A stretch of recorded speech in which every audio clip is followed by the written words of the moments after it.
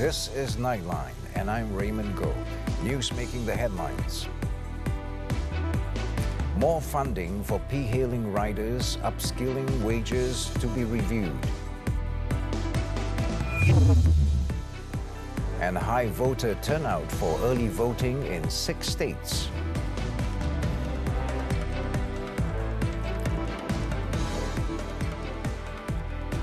Good morning.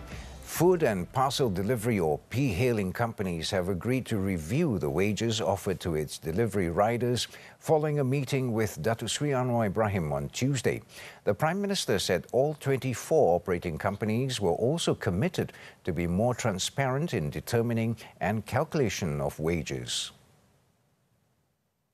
Datuk Sri Anwar said the commitment was pledged in a meeting involving representatives of 24 service operators and 5 delivery riders who were present to state their views and obtain first-hand responses from the P-Haling companies.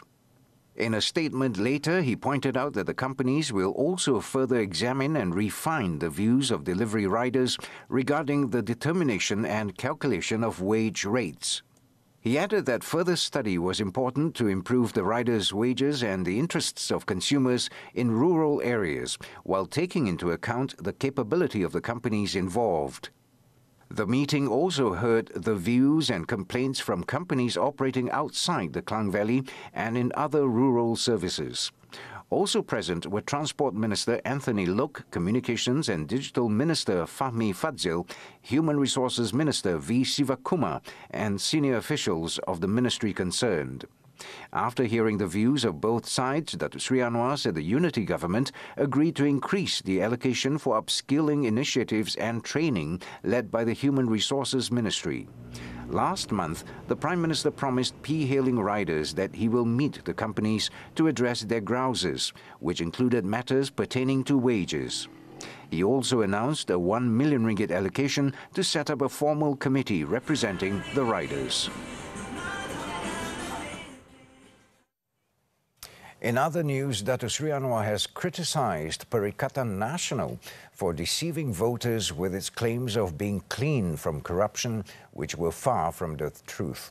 This as PN leaders were also linked to huge corruption scandals, and they should face investigations into the graft allegations to prove their innocence instead of running away from the Malaysian Anti-Corruption Commission, MACC. Menantu calon Perdana Menteri pun dah lari. Mana boleh? Kalau ada bukti siasat, dia dakwa. Kalau dia rasa tak salah, dia bertahan. Jadi lari bukan contoh yang baik. Jadi kamu kena jagalah hal ini. Kerana jumlah yang dikaitkan dengan rasuah itu banyak. Jadi soal bersih itu maknanya sekarang tak boleh Perikatan Nasional PAS bersatu guna bersih kerana mereka terlalu terpalit dengan rasuah besar. Datuk Sri Anwar was responding to MACC's statement on Monday that it was tracking down 2 individuals, namely Muhammad Adlan Berhan, the son-in-law of PN Chairman Tan Sri Muhyiddin Yassin, and lawyer Mansour Saad to assist in investigations into a corruption and misappropriation case involving the registration, recruitment and storage of foreign workers' biometrics in a ministry. Checks showed that both individuals have left Malaysia on May 17th and 21st, respectively, and there were no records of their return. Previously, Tan Sri Muhyiddin, who is also Bersatu President, was charged with multiple counts of power abuse and money laundering amounting to over 400 million ringgit.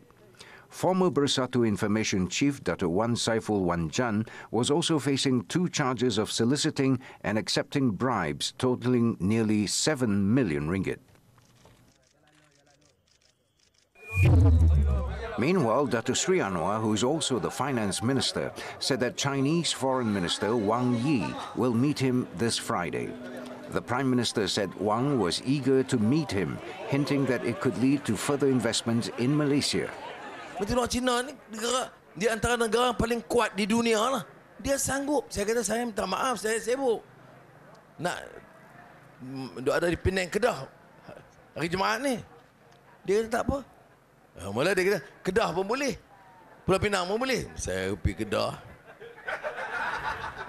Pi kawan tu sambut sama leceh aku. Tukar ambil Pulau Pinang lah.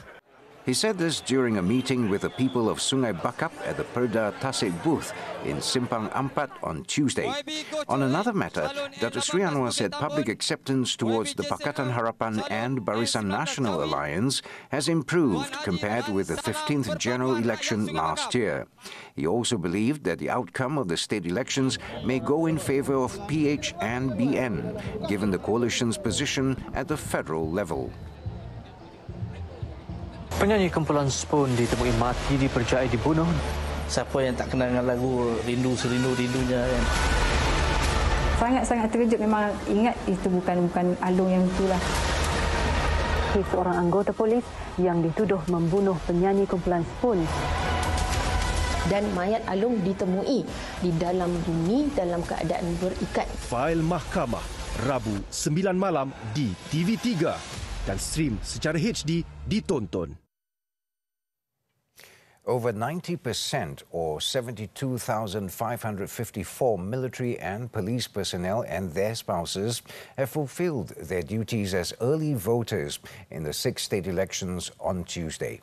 Election Commission EC Secretary Dato' Iqmal Ruddin Ishak said Kedah had the highest turnout with 96.02%, followed by Terengganu at 95.91%.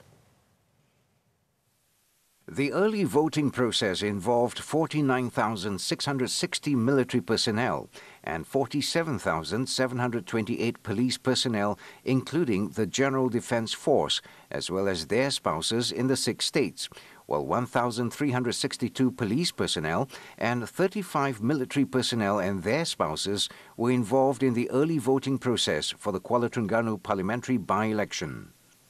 In Terengganu, a total of 6,957 police personnel, military personnel and their spouses cast their early votes at 29 polling centres in the state.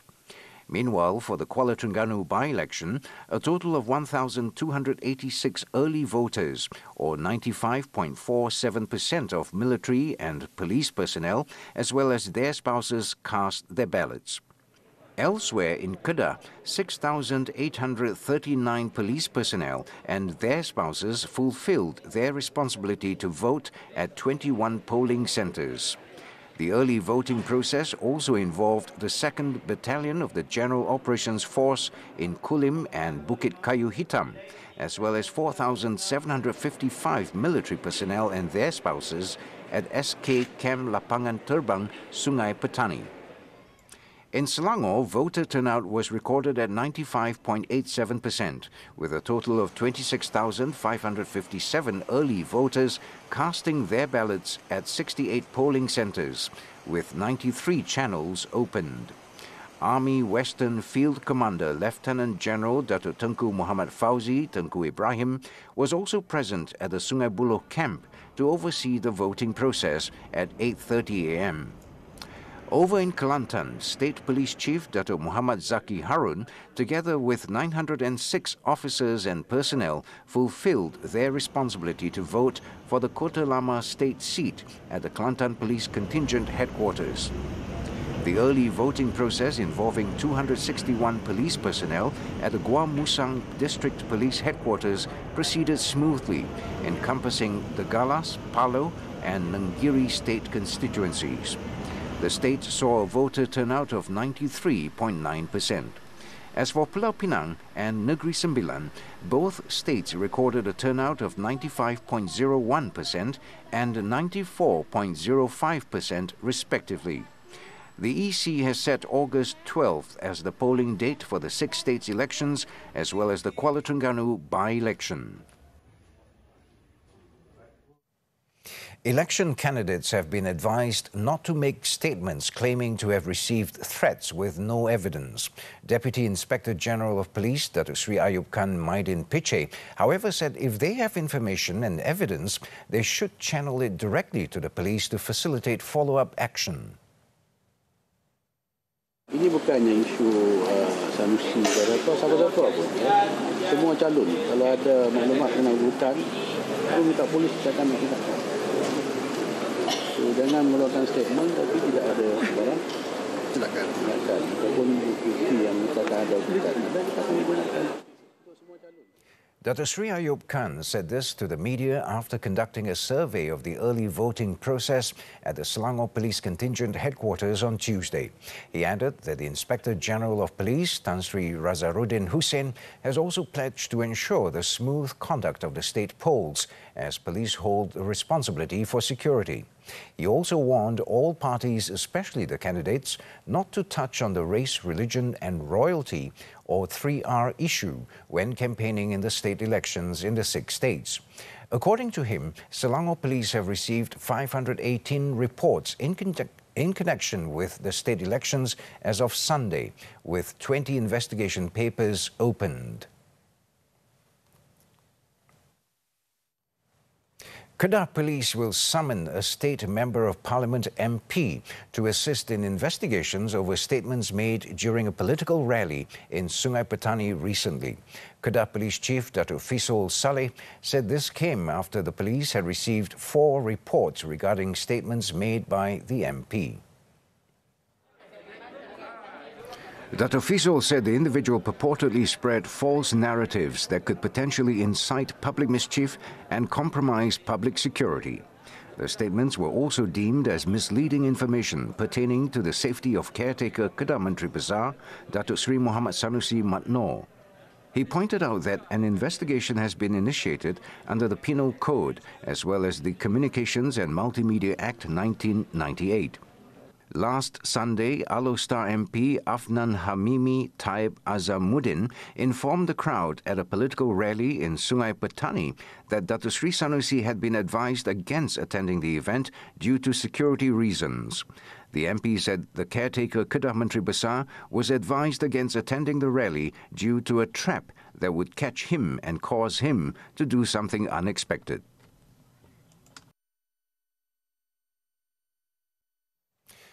Voters in 6 states will go to the polls this Saturday in what many view as the first real clash between the Unity Coalition and Pakatan Nasional PN. The winner in each state will administer it for the next 5 years. But is there more on the line? FMT's Jason Desmond reports. On paper, the 6 state elections have nothing to do with Putrajaya.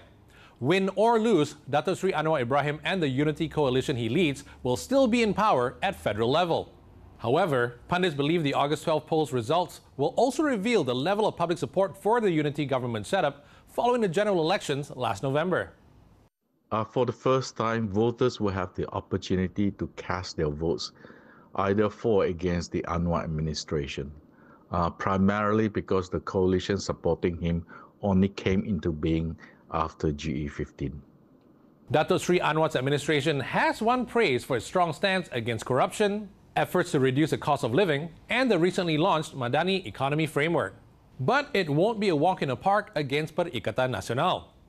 The Malay-centric coalition did exceedingly well in the last general election and is hoping to capitalize again on the disgruntlement of the Malays with UMNO, the linchpin of Barisan Nasional.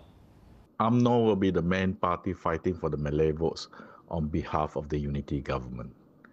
PAS and Bersatu have made it crystal clear that they intend to target seats which UMNO BN will be contesting in Penang, Selangor and Negeri Sembilan.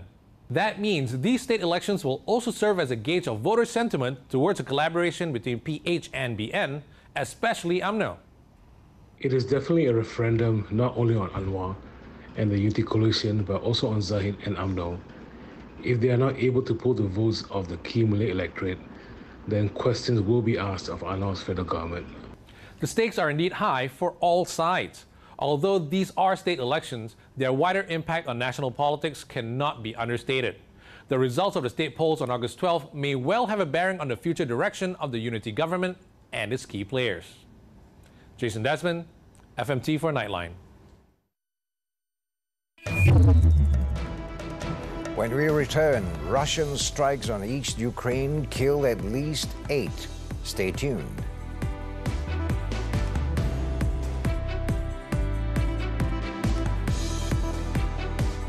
Difahamkan mangsa ditemui dalam keadaan mengerikan.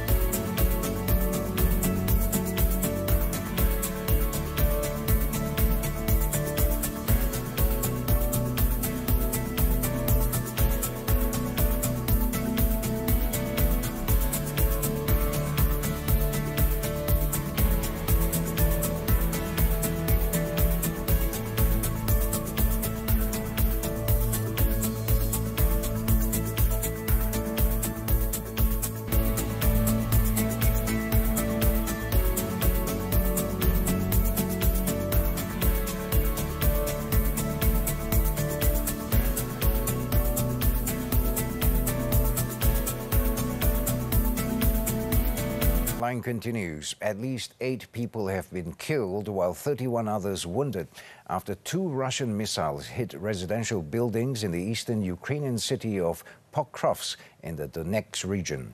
According to the Donetsk regional governor, among those killed were 5 civilians, 2 rescue workers and 1 member of the military.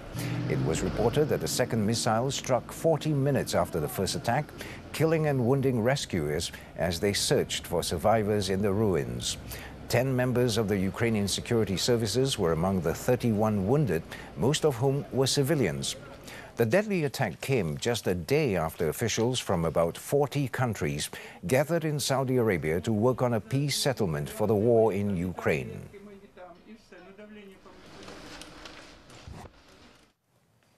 South Korea on Tuesday evacuated thousands of teenage participants at the World Scout Jamboree from a campsite in the southwest of the country to safer areas, mainly around the capital, ahead of an approaching typhoon. According to Interior Minister Lee Sang-min, there were about 36,000 participants from more than 150 countries at the campsite, and more than 2/3 have already left. He added that 1,000 buses were being deployed to move the scouts out of the southwest, a region that Typhoon Kanun is expected to hit as early as Wednesday. It was reported that Seoul and its surrounding province of Gyeonggi would host almost half of the scouts, with the rest fanning out to 6 other areas.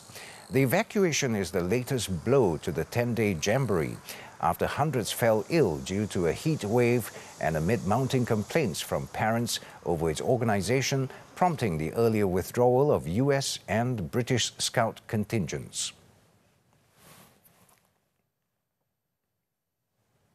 In the meantime, Japan on Tuesday cancelled hundreds of flights and advised more than 60,000 households to evacuate some southern regions, as Typhoon Kanun, packing heavy rain and strong winds, slowly heads westwards, days after raging through Okinawa.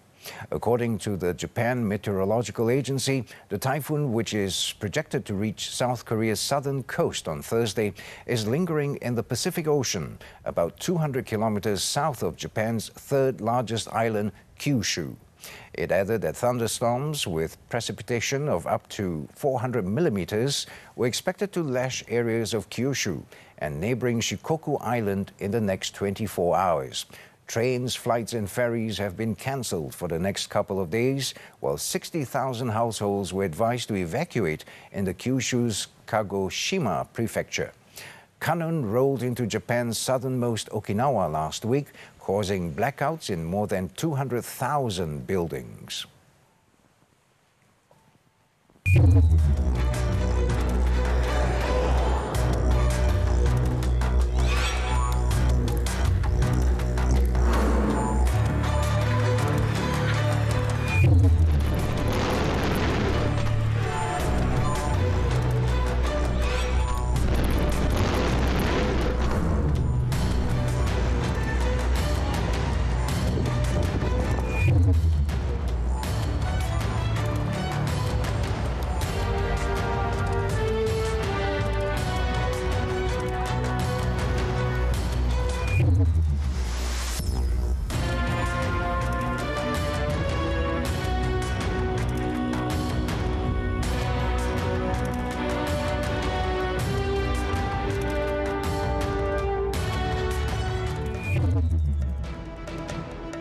Another win for the Red Giants.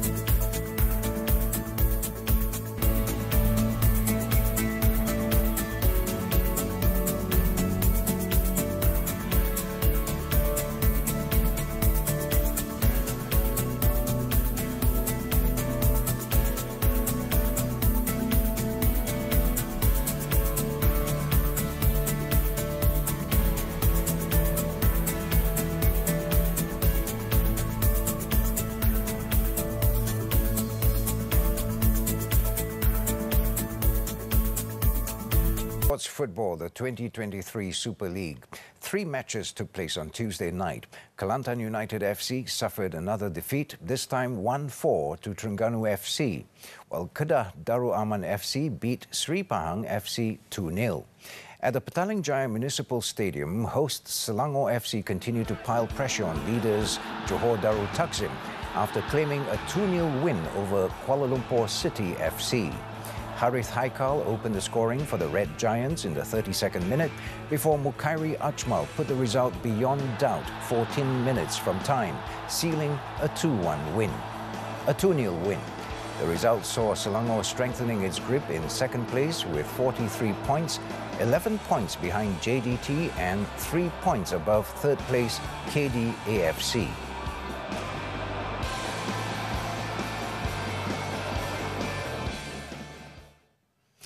On to tennis, the 2023 Toronto Open. Hubert Hurkacz booked his place in the second round following a straight sets victory over Alexander Bublik of Kazakhstan. The 15-seeded Hurkacz claimed a 6-3, 7-6 win in a match that lasted 1 hour and 19 minutes. Hurkacz will face Miramir Kekmanovic of Serbia in the next round. Also through to the next round was Gael Monfils. The veteran Frenchman put on an impressive display of speed and skill to beat American Christopher Eubanks 7-6, 6-7, 6-1 to advance to the second round. Next up for Monfils is Stefanos Tsitsipas. Earlier, Canada's Milos Raonic defeated American Francis Tiafoe in an epic first-round match. Despite losing the first set 6-7, Raonic clawed his way back into the game to take the next 2 sets 7-6, 6-3. With his win, Raonic, the former world number 3, who returned to the tour in June, set up a second-round meeting with Japan's Toru Daniel in the next round.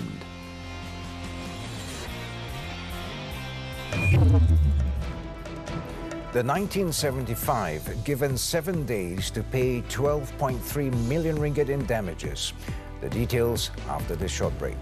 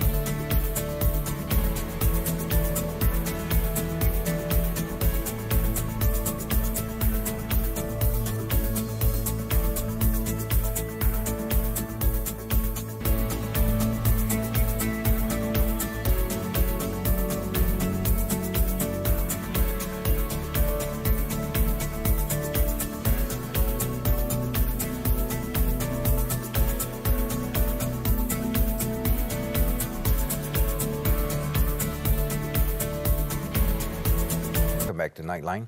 Deputy Public Prosecutor Datuk Raja Rosella Rajatoran is no longer the lead prosecutor for Deputy Prime Minister Datuk Sri Ahmad Zahid Hamidi's case due to early retirement. According to Attorney General Tan Sri Idrus Harun, the decision to replace Datuk Raja Rosella as the prosecution's team leader in the case was weighed carefully after various factors were taken into account. In a statement on Tuesday, Tan Sri Idrus said Datuk Raja Rosella submitted her application for early retirement on April 3, 2023. The application was approved and will take effect on November 1, 2023. However, Raja Rosella applied to go on leave from August 30th before her retirement. Tan Sri Idrus also said Dato Muhammad Dusuki Mokhtar has been selected as the new lead prosecutor in Ahmad Zahid's case based on his vast 30-year experience as a deputy public prosecutor. Dato Muhammad Dusuki is currently the head of the Appellate and Trial Division in the AG's chambers, which handles federal and appellate courts cases as well as high-profile cases such as the Sulu terrorist intrusion in Lahad Datu, Sabah. Tan Sri Idrus added, as Dato Sri Ahmad Zahid's case is ongoing and the trial dates have been set until December 2023, it is necessary to appoint a new lead now for the sake of the continuity of the trial. The Bagan Dato MP is facing 47 charges of criminal breach of trust, corruption and money laundering involving tens of millions of Yayasan Akal Budi funds. 2023 Good Vibes Festival organizer Future Sound Asia FSA has demanded that recalcitrant British pop rock band the 1975 pay more than 12.3 million ringgit in damages over the recent fiasco that led to the cancellation of the event last month. The three-day music festival was shut down by the government following the unbecoming behavior of the band's frontman, Matty Healy. According to FSA's legal counsel David Matthew of Stephen Tiru and Suda Partnership, a letter of claim dated August 7th had already been issued to the offending band. The organizer also had demanded the band to acknowledge their liability and compensate FSA for the damages incurred during the festival within 7 days. Matthew added that the organizer's claim against the 1975 was mainly for intentional breach of contract, following the lead singer's use of abusive language, equipment damage, and indecent stage behavior during their set at the festival on July 21st, which breached local guidelines and Malaysian laws. The lawyer also said that the organizer is now waiting for a response from the band or its representatives and would proceed with legal proceedings at the courts of England if they failed to comply.